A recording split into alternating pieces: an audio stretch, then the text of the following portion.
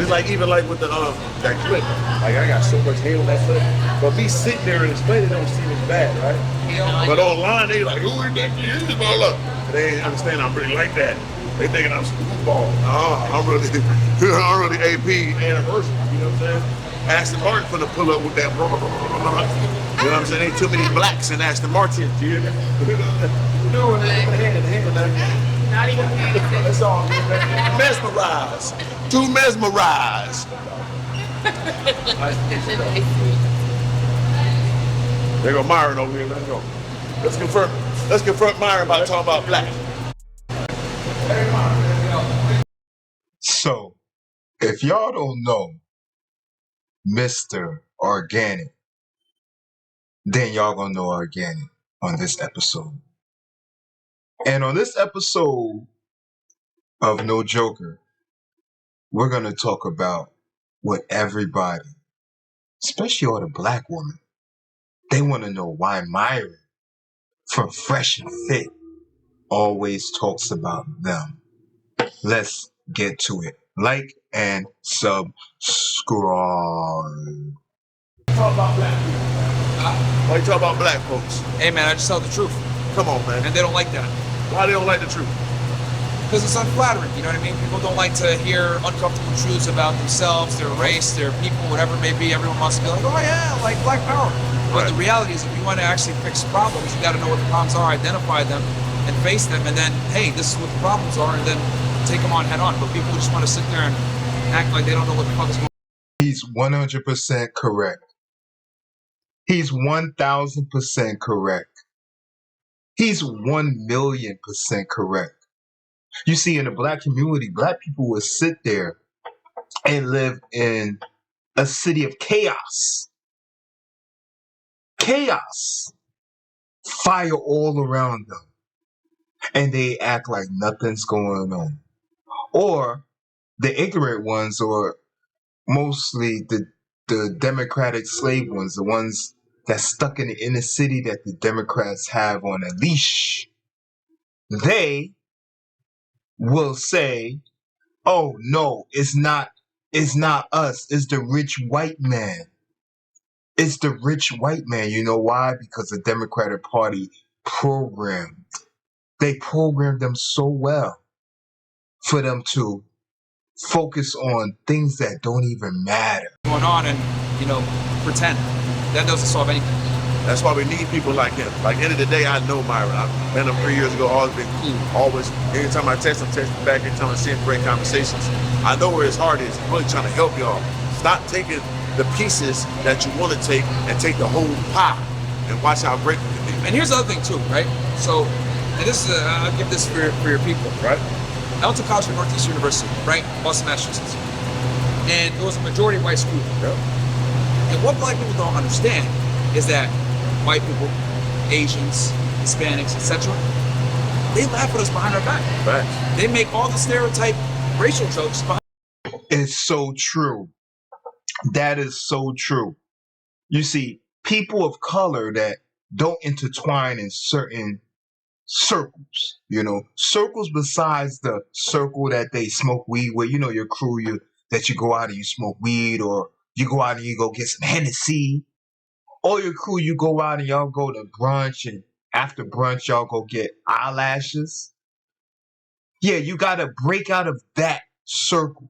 Once you break out of that circle, you start hanging into circles when you go to universities or certain, neighborhoods or certain events where you're intermingling with Caucasians, Indians, all type of people, Asians. You start to realize, once they start to realize that you're one of them, no matter your skin color, as far as class and mental aspect and IQ, you start to realize, and they start to tell you things that they wouldn't tell somebody that's not in their circle, that's not of color. They start to tell you why your race why are they so blinded by the fact that their whole culture is trash? Why do they do this? Why do they do that? They start asking you questions and they start getting into secrets that behind her back. All of them. So I listen to this shit and I'm like, damn, this is how people really feel. Right. They would never say this shit. Yep. Now, I'll tell you why. Because if they do, they're going to be labeled racist. They lose their job. People are going to be protesting outside the office. So like, fuck this shit. Why am I going to go ahead and give them advice that will help them, but it's going to come at the detriment of me because what's going to happen is they're going to get me canceled. Right. So the only person that can really speak up about this shit is someone else's color. Facts. So I say it because I'm black too. Now they might sit there and say, you're not That black, right you're there is Italian, the which is craziest retarded. thing I My heard family in a long time. I remember when I first started watching Fresh and Fit, and he was just a guy on there, and I saw him as like I don't believe in black. He's a man of African descent. Whether you believe in black or not, black is a color. Black is a word that was given to us by people who enslaved us to insult your complexion. Oh, come here, you blackie. Shut up, you blackie. Sit down, you blackie. Let's go get those blacks. You get it? That's how they spoke to us. Black didn't come from Africa. Black is not a word that should be used to describe a people. Also white, but especially black, because the contents of black are evil in definition. But with that said, I remember people coming down on Myron saying, yo, you can't be talking about black girls. You're not even black. And I'm like, he's not. Wait a minute. I know I don't like the word black. I don't even believe in the word black, but I understand the usage of the word because people call me black. And so I understand it.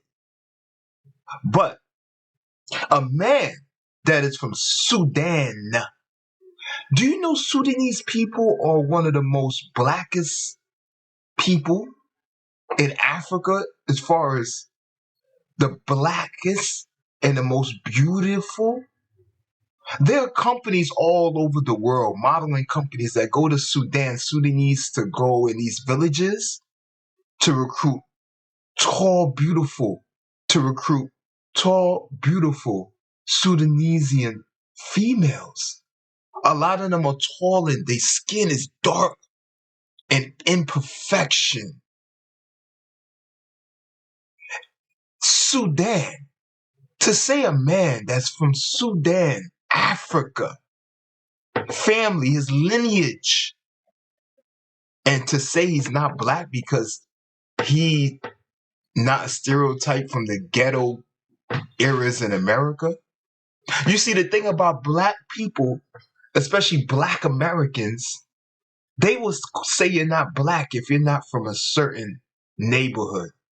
They will say you're not black if you don't speak a certain way, even though you're black as hell. They will say you're not black when your mother is white and your father's black and you physically look black. You look like somebody that's from African descent. But let's see what else he got to say. families from Sudan, Right. which is literally the land of the blacks Right. by definition. But people will sit there and try to say, oh, well, you're not one of us.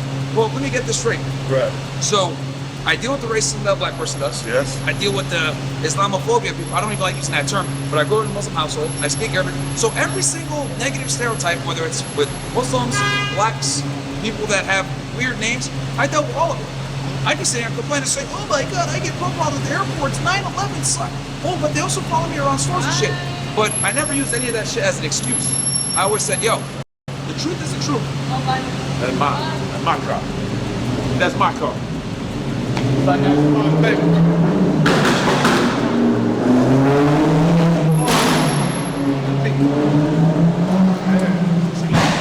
Yeah. So at the end of the day, I do the same thing too. So what you're doing is crazy because when I first be on my live stream 6 years ago, I was like, I'm talking about all y'all niggas. I ain't been in the hood in 20 years. I'm not like y'all. But I'm telling you, Yo, Mr. Garner got distracted by a baddie.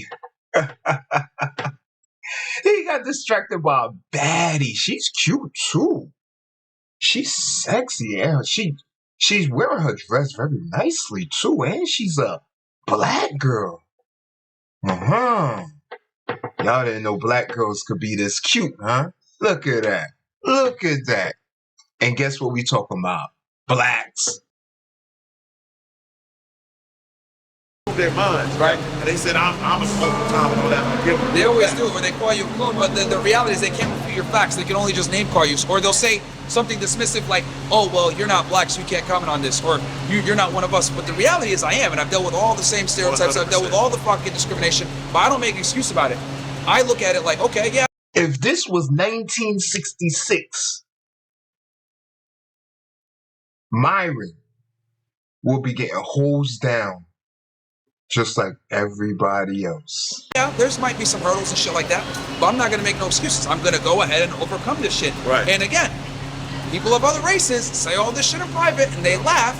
I'm one of the few people that says it like it is to the black community. They get mad, and this is why nobody wants to help us out, because you're gonna get hit with you're a racist or whatever. And they're like, fuck that shit. Y'all go ahead and show your mediocrity. We don't care. I call it like it is. I'm one of the few people that call out the problems with the hip hop music. I call out the fucking violence rates perpetrated by black men. I talk about the high rates of children born out of wedlock.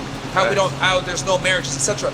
Do people know that in the civil rights era, when black people were being the most ostracized from society, they had to deal with the most discrimination? That's actually when they did the best. Of course. The nuclear family was strong. Strong. So as soon as the civil rights, strong, yes. on stores, on laundromats, yes. But so how is it that the black community is doing worse now than the civil rights era when they had the most discrimination? It's because of nuclear family. Right. Because we have a bunch of kids born out of wedlock, a bunch of kids that don't have a daddy. We have a bunch of kids growing up in fucked up households with a single mother.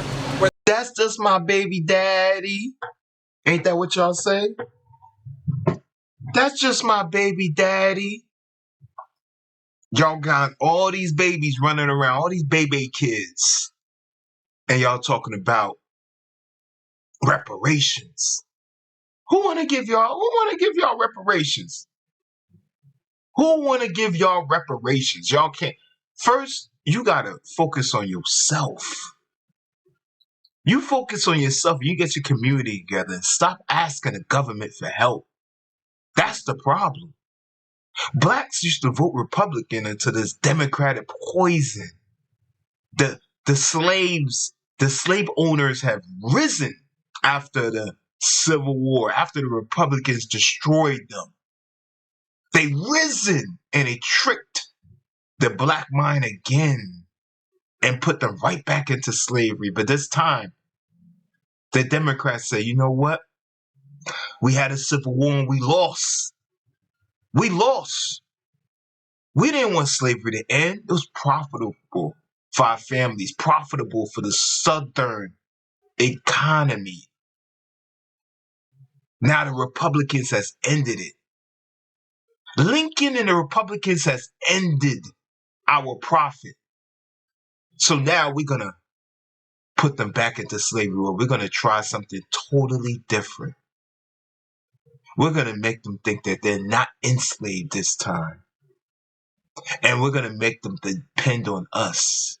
And we're going to make them get us rich without them even knowing it. Where they have a higher proclivity of joining a gang or doing some other fuck shit or committing crime. But when I say this, you're a racist. All right, bro, if I can't say it, then who the fuck can? And then people are like, oh, it's how he's saying it. Just listen to the facts and stop running off with someone's, what is it like? Tone policing. Tone policing. Tone policing is the issue, right? And here's the other thing too, guys. If you get mad at tone or the way someone tells you something that's objectively true, you're low IQ. That's it. And I hope I offended you, you pussy. Because the reality is that you don't deserve to hear this information if you're more worried about the way things are conveyed. That's a feminine trait.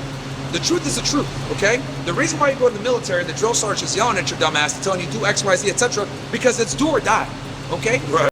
Yeah, he's right about that. Tone policing has to go. A lot of the victims of tone policing are females, especially females that didn't grow up with a daddy. Because when you grow up with a daddy, you have a daddy that gives you tone in his voice. Shut up. Stop eating that food. It's going to make you fat. You better not sink out the house with those boys. You see, a daddy give you tone, give you bass. He tell you how it is. He tell you straight up.